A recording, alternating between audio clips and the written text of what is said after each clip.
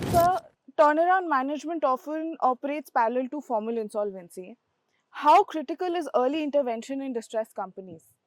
In my field, we are always saying we wish the client came to us much sooner. Yeah. So many clients wait until there's some adverse event, Yes. and the optionality to have a better outcome diminishes when the longer they wait, Yeah. and it's very critical. But business people are optimistic Yeah. by nature, Yes. and many business people are want to avoid insolvency.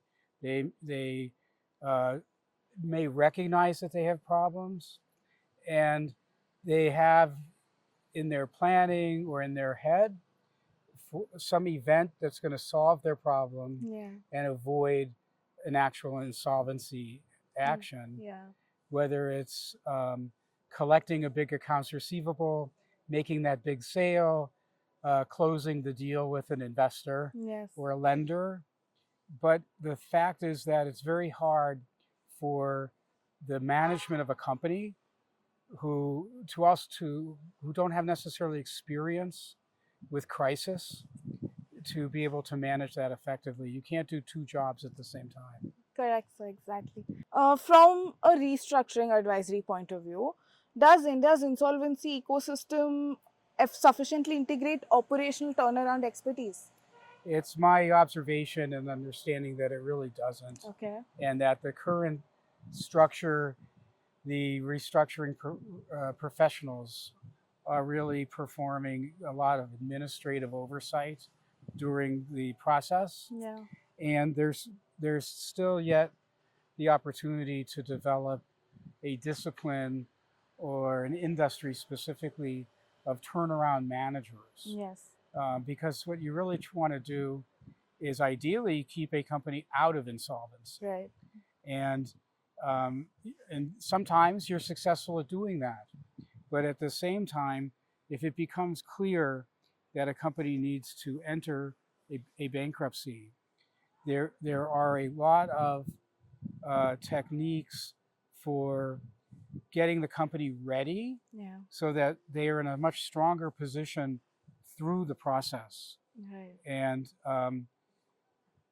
there's usually a real lack of confidence by the creditors Yeah. in the management. Of course. And in the US, for example, turnaround managers are basically um, asked by the secured creditor to step in. Okay. They'll say to their borrower, look, we're going to pursue our rights. Yeah. If you don't choose one of these 3 or 4 names I'm going to give you, Right. please interview them Yeah. and hire somebody to be a chief restructuring officer, Okay.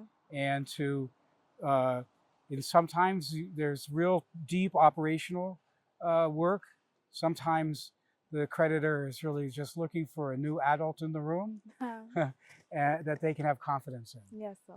How can insolvency outcomes be improved between lawyers, financiers, and turnaround managers? Yeah, so that's really a good question, because actually an event like this that brings together lawyers and financial advisors and lenders that may specialize in distress situations, that's very important to have a network, Yeah. so you know which doctor to call when you need one.